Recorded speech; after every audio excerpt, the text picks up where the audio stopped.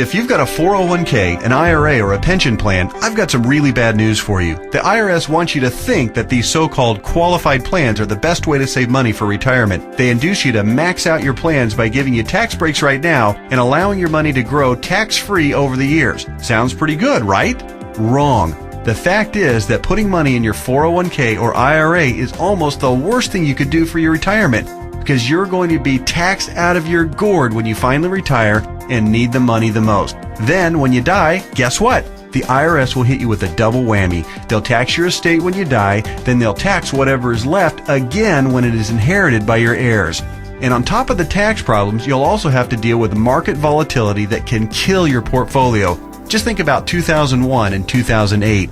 What if there were a way to avoid tax burdens at retirement, avoid portfolio killing down years in the market, and virtually eliminate any worries you may have about outliving your money during retirement? On this video, I want to show you an IRS-approved class of tax-friendly retirement savings vehicles that beats the pants off your IRA, 401k, or pension plan. They've been around for years, are offered by the oldest, largest, and most financially stable institutions in the world, and allow your money to grow tax-free, just like your current qualified plan, but has zero taxes when the money is dispersed at retirement. Think about that for a minute.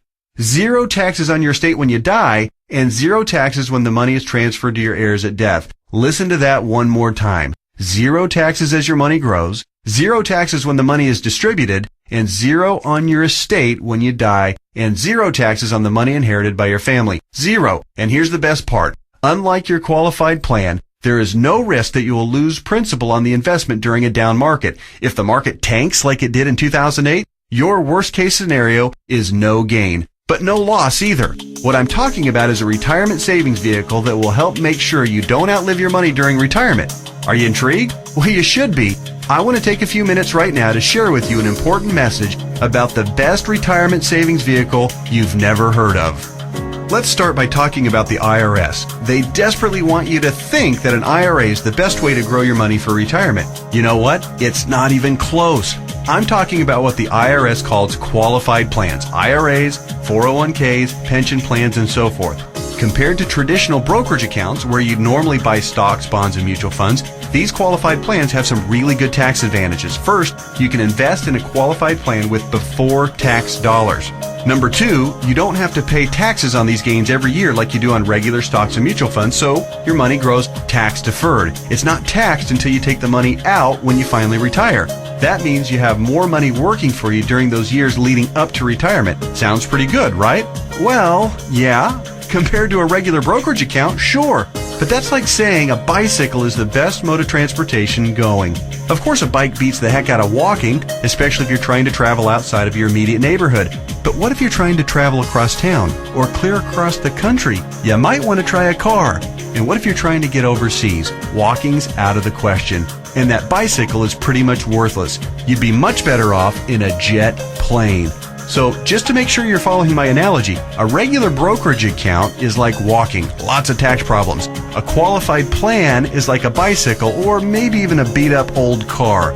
Better than walking, but not super helpful on extra long trips like, say, retirement. What I'm going to show you on this video is like having your very own top-of-the-line private jet, fully fueled and ready to go with your own personal pilot. Yeah, it's that much better. The key to really maximizing your retirement savings is to understand the difference between tax-deferred and tax-free. Under the IRS qualified plans that you probably have right now, your money is growing tax-deferred, which inherently means that it will be taxed at some point in the future. Guess when that point is? That's right, when you retire and need the money the most. You probably won't be working, tax rates will probably even be higher than they are now, and you won't have any IRS-friendly deductions for kids or mortgage interest if your house is paid off, which means that you'll be paying a huge percentage of what you take out to the IRS in taxes, which, of course, reduces the amount that you have to spend for living expenses and lifestyle. Here's another way to look at it. Uncle Sam is counting on you to pay more than your fair share of taxes when you retire. Think of how brilliant that is. Let's encourage people to contribute money by giving them a tax break now, then let that money grow tax deferred so we can get an even bigger chunk of taxes from them later. Hey, I'm all for paying my fair share of taxes, but I tell you what, giving the IRS a bare minimum of $33,000 for every $100,000 I withdraw from my qualified plan at retirement? Just plain ridiculous. Look, you've paid taxes and you'll continue to pay taxes for your entire working career.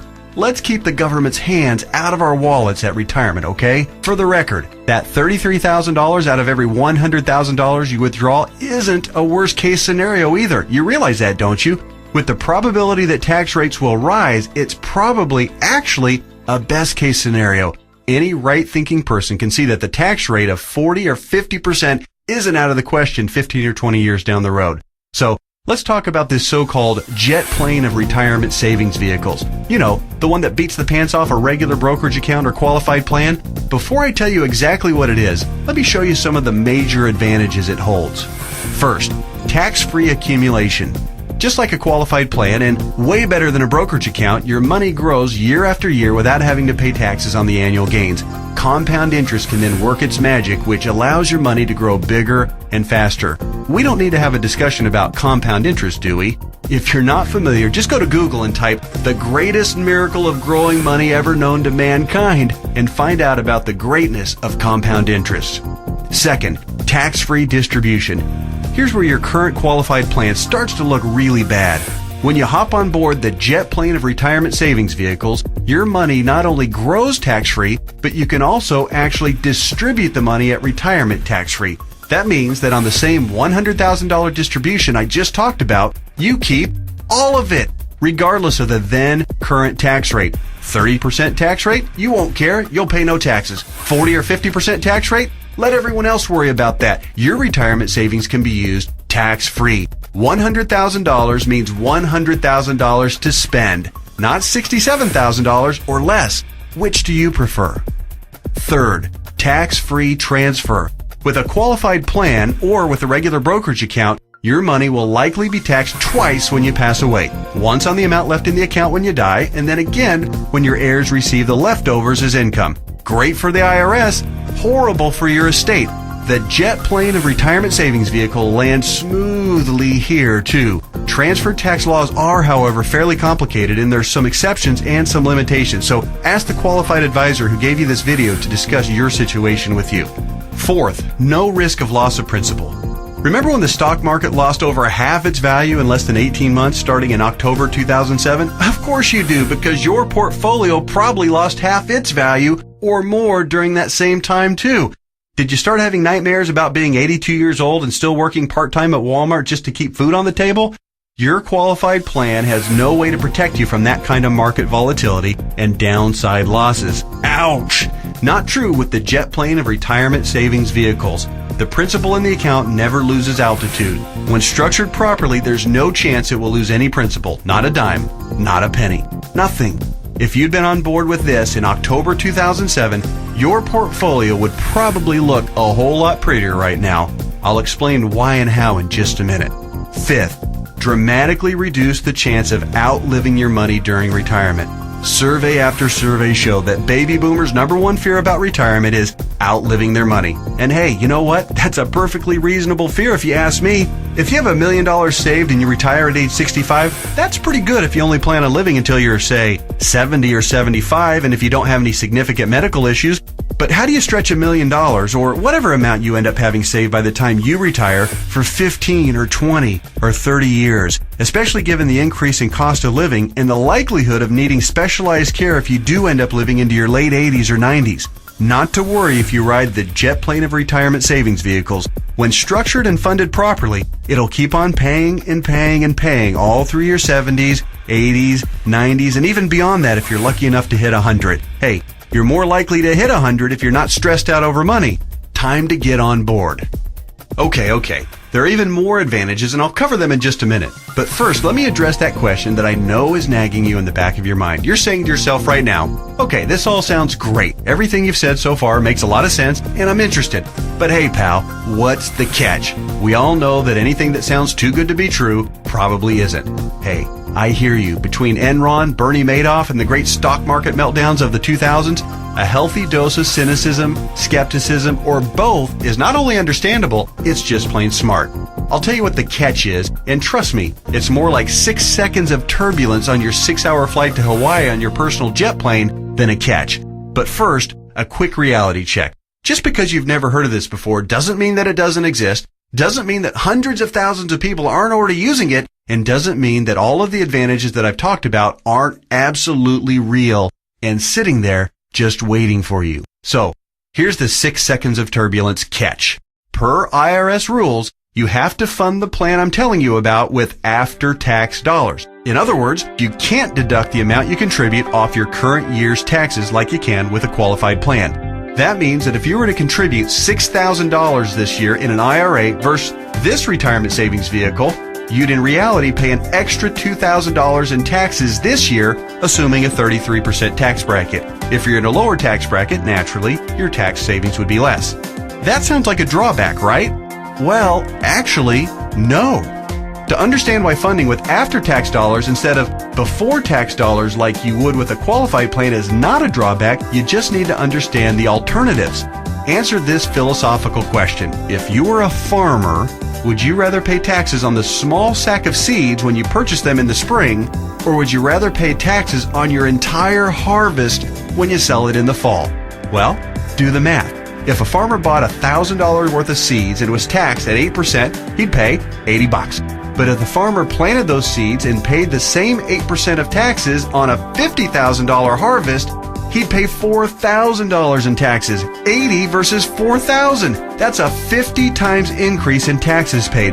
The same rationale applies to your retirement savings.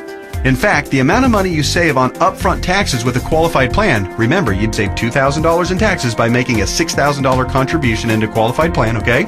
Will almost certainly be dwarfed by the taxes you pay at retirement, to the tune of about 10 times at least. Here's why.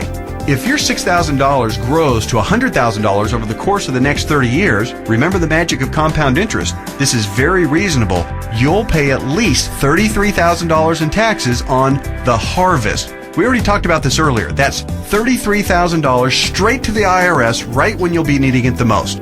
Would you rather pay $2,000 in taxes right now or $33,000 at least in taxes later? It's as simple as seeds and harvest. I've said it once and I'll say it again. No wonder Uncle Sam loves qualified plans so much. It's his way of protecting his financial future. Okay. So let me go ahead and draw back the curtain and show you what the jet plane of retirement savings vehicle is. Just do me a favor and hear me out, because I'm going to admit it right now, right up front, it might sound a little, well, boring right at first. That's because it's a life insurance product called Indexed Universal Life Contract, or IUL for short. Stick with me, Skipper. Don't be fooled by any stereotypes of what you may think an IUL is. This is different than any kind of whole life or variable life or universal life plan that you may have heard about or purchased in the past. The fact is, IUL is a lot more about savings than it is about life insurance, although it does do a nice job of providing that too. Hopefully the tax advantages and principal protection advantages I've told you about are clear enough and big enough to keep you interested. But you also need to know that the IUL, when structured and funded properly, beats the pants off of any other kind of retirement savings plan in every comparison category that matters, including growth potential, risk avoidance, liquidity of funds, flexibility of contributions, flexibility of distributions, longevity of distributions, and fees. Everything. Listen, insurance companies, by law and by track record, are extraordinarily conservative. Yeah, I know that AIG tanked it, and you might be thinking that all insurance companies are going bust. Nothing could be farther from the truth. Life insurance companies that offer IULs, as a rule, have massive cash reserves. One company, as an example, had operating revenues in 2008, the worst year of the recession, of $14 billion, earnings of $1.3 billion, and cash reserves at the end of the year of $12.8 billion. There's a reason people think of life insurance companies as old, stodgy, conservative curmudgeons, because they are. Their stodgy curmudgeonness is also part of the reason you've never heard of an IUL before. Life insurance companies thrive with things like risk management, actuarial tables, and other boring life insurance stuff. But they don't know jack when it comes to communications. Go online right now and read their brochures. It's like reading hieroglyphics. Boring, painful, obtuse, hard to understand, and that's just the table of contents. But that doesn't mean that this product, Indexed Universal Life, is anything less than magnificent for creating wealth. The IUL, Indexed Universal Life, gets its name because it's indexed to the S&P 500, which simply means that it mirrors the growth of the S&P 500, which, for your information, has returned over 9% per year on average for the last 27 years, even with all the crummy years in the 1980s, right after 9/11, and 2007 and 8. Remember that? But here's the best part, and what makes an IUL so darn attractive as a retirement savings vehicle. The reason IUL accounts, when structured properly, won't lose principal is because the lowest return guaranteed by the contract is 0%. Or in technical speak, they have a floor return of 0%. They can't lose money. If the stock market tanks for the year, your IUL contract doesn't take a big hit. It just stays even right where it is. Stated differently, an IUL locks in the gains during up years, but it doesn't participate in the down years. Take that, IRA. You can't even come close to competing with that. Everyone knows that portfolio losses are killers because you have to double up just to get back to even. You eliminate that risk with the IUL since your floor is 0% annual growth. No loss of principal. Compare that to the devastating 37.2% loss of the S&P 500 in 2008.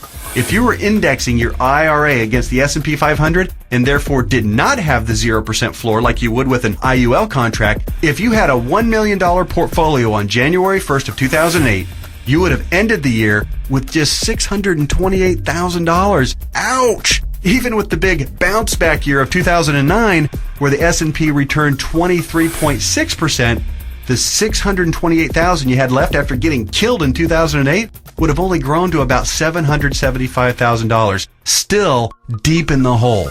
Not with an IUL. Now that brings us to the other catch of the IUL. It does offer the peace of mind of the principal protecting 0% floor, but it does also cap the gains on the upside.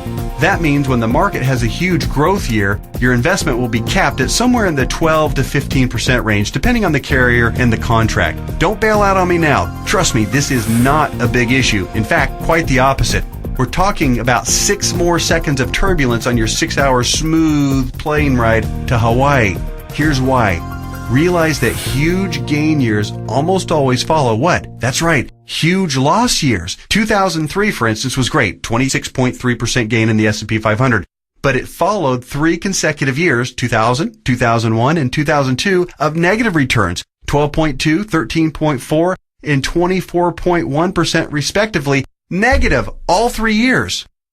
Let's run those numbers. If you had $1 million in your IRA on January 1st, 2000, it would have fallen to approximately $878,000 at the end of the first year, then continued to fall to just over $760,000 at the end of 2001, and then plummeted to a measly $577,000 at the end of 2002.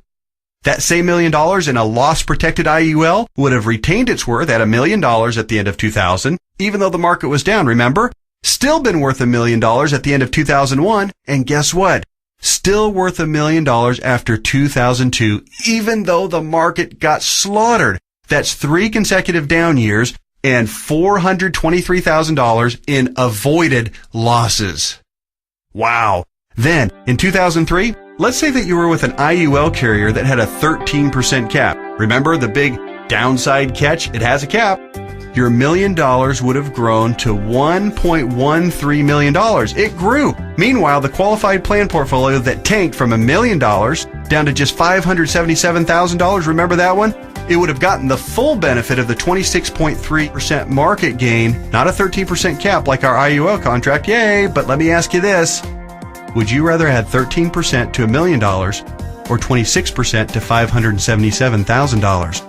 26% added to $577,000 only brings the account up to about $728,000. Again, compared to $1.13 million. This is a no-brainer. At the end of the 4-year cycle, you would have been ahead by over $400,000 with an IUL. This is real money in a worst-case scenario. The only way a qualified plan could possibly do better is if the S&P were to go up unfettered by over 15% per year for 5 or 10 consecutive years with 0 negative years. Do you really think that's going to happen? And even in the 1 in a million chance that it did, get ready to pay the tax man when you retire. I know these numbers can start to be a bit mind-numbing, but they're so critical for you to understand so you can see how to avoid getting crushed financially when you retire. don't be afraid to rewind the video and watch that last section or the entire video again. I want to continue with the examples just a little bit further. We stopped our examples at the end of 2003. Remember, the IUL account that started with $1 million had weathered the storm and grown to $1.13 million. The IRA account hadn't done so well and had managed to eke back to $728,000, but only after a really strong 2003. Now, let's look at what happened in 2004, 5, 6, and 7. The S&P gained, in this order, 7.2, 1.2, 12.8, and 1.2% in those 4 years. Your IUL account, since it's indexed to the S&P 500, and since all of the gains were between the 0% floor, remember that, and the 13% cap, your IUL would have taken all of those same gains, 7.2, 1.2, 12.8, and 1.2%. That would take your $1.13 million account right to around $1.4 million by the end of 2007. Pretty good, right? Then, when the S&P got shellacked to the tune of 37% loss in 2008, since the lowest return your IUL account can get is 0%, guess what? The IUL account would have held steady at $1.4 million. No loss. Nice, isn't it? On the other hand, the IRA account would have grown from $728,000 to about $900,000 during those 4 good years, still down by $100,000 since 2000, just in time to get crushed clear back down to $565,000 at the end of 2008. What would you rather have going into 2009? $565,000 or $1.4 million? This isn't a retirement savings vehicle for the ultra-conservative. It's a retirement savings vehicle for the ultra-intelligent. If you think market caps of 12 to 15% are a poor trade-off for a contractual guarantee of a 0% floor, you're just plain crazy. Naturally, past performance isn't an indicator of what will happen in the future, but I think it's safe to say that the market is going to have up years and down years. Protecting yourself from huge losses is one of the primary advantages of the IUL. It's impossible for me to overstate how superior the IUL is compared to your qualified plan. It's not even close. We've already covered the tax advantages. They're clear and evident. The risk avoidance issue is huge, and it favors the IUL by a country mile. But also remember, indexed universal life is also, life insurance. Here's what that means. If you die the day after you fund an IUL policy or any time thereafter, your heirs will receive a death benefit tax-free. The amount of the benefit depends on the size and structure of your policy, but think about your qualified plan and brokerage accounts for just a minute. How much do they pay in death benefits if you were to die early? Oh yeah, none, because they're not insurance. Are you starting to see what I mean by the best retirement vehicle you've never heard of? Hey, that reminds me. Let's talk a little bit more about why you've probably never heard of an IUL before. I already told you that one of the main reasons was that stodgy old insurance companies have horrific communication skills. But there's actually a bigger reason, which is financial advisors almost never talk about IUL. Why is that? Simple math. Only licensed insurance agents can legally sell you an IUL, and most licensed money managers and brokers are not licensed to sell insurance. In other words, the guy who sells you your IRA can't, by law, sell you an indexed universal life policy. And if he can't sell it, he can't make any money on it. End of story. Your financial planner's motivation is to get you signed up for an IRA or 401k and then make money on you for life as your investment grows. They don't care about your future tax burden. Why should they? Seriously, call your investment advisor on the phone right now and ask about an IUL. Chances are 99% he or she has never even heard of it. And if they have zero working knowledge of how or why it works. How would they know? They don't know insurance products. They like to think they have a corner on the market of helping people save enough money to retire, but they don't. They're selling skateboards, bicycles, or roller skates and pretending like the big, shiny private jet doesn't even exist. The fact is, the IUL is the best possible wealth accumulation vehicle for your retirement. For most people and in most situations, it simply cannot be beat for tax advantages, safety, growth potential, liquidity, and flexibility. All right, just one more quick topic, and then we'll let your licensed insurance professional take over and discuss all the fine point details as they relate to your specific situation. And that topic is the logistics of how the IUL works. It works like a life insurance policy in the sense that you make monthly or annual contributions into your account. You will work with your advisor to determine what the optimal amount is for your situation. It'll vary depending on how many years you have left until retirement, your financial goals for retirement, and your current financial ability. The money you contribute to an IUL, like we've discussed at length, will continue to grow tax-free. Unlike a qualified plan account, you may have access to your money at any time you want or need it without a penalty before or after you retire. That's what's called flexibility. When you do pass away, the balance of the account will be passed to your heirs tax-free, just like with any other life insurance policy. The IUL really does offer the absolute best of all possible scenarios. It's tax-friendly, it's safer than safe, and it gives you flexible access to your money. The next step is yours. You simply need to meet with the licensed insurance professional who gave you this video and discuss your particular situation. He or she will answer all of your questions, I'm sure you have several, and discuss all of your options. You may want to consider watching this video again, this time with a pen and paper handy to jot down any notes or questions you may have. Like anything else worthwhile, there are plenty of details to be covered and there's a bit of a learning curve. But whatever you do, don't do nothing. There's too much at stake. Don't fall prey to what I call the law of diminishing intent. You know what I mean. You intend to make the call and learn more, but you get overwhelmed with 1,000 little urgencies of life and you look up and a few months or even a few years have passed and you haven't done anything. So take one action right now. Set an appointment to meet with the insurance professional who gave you this video. That's it. Do that one thing right now and take a closer look at the jet plane of retirement savings vehicle, Indexed Universal Life. You'll be glad you did.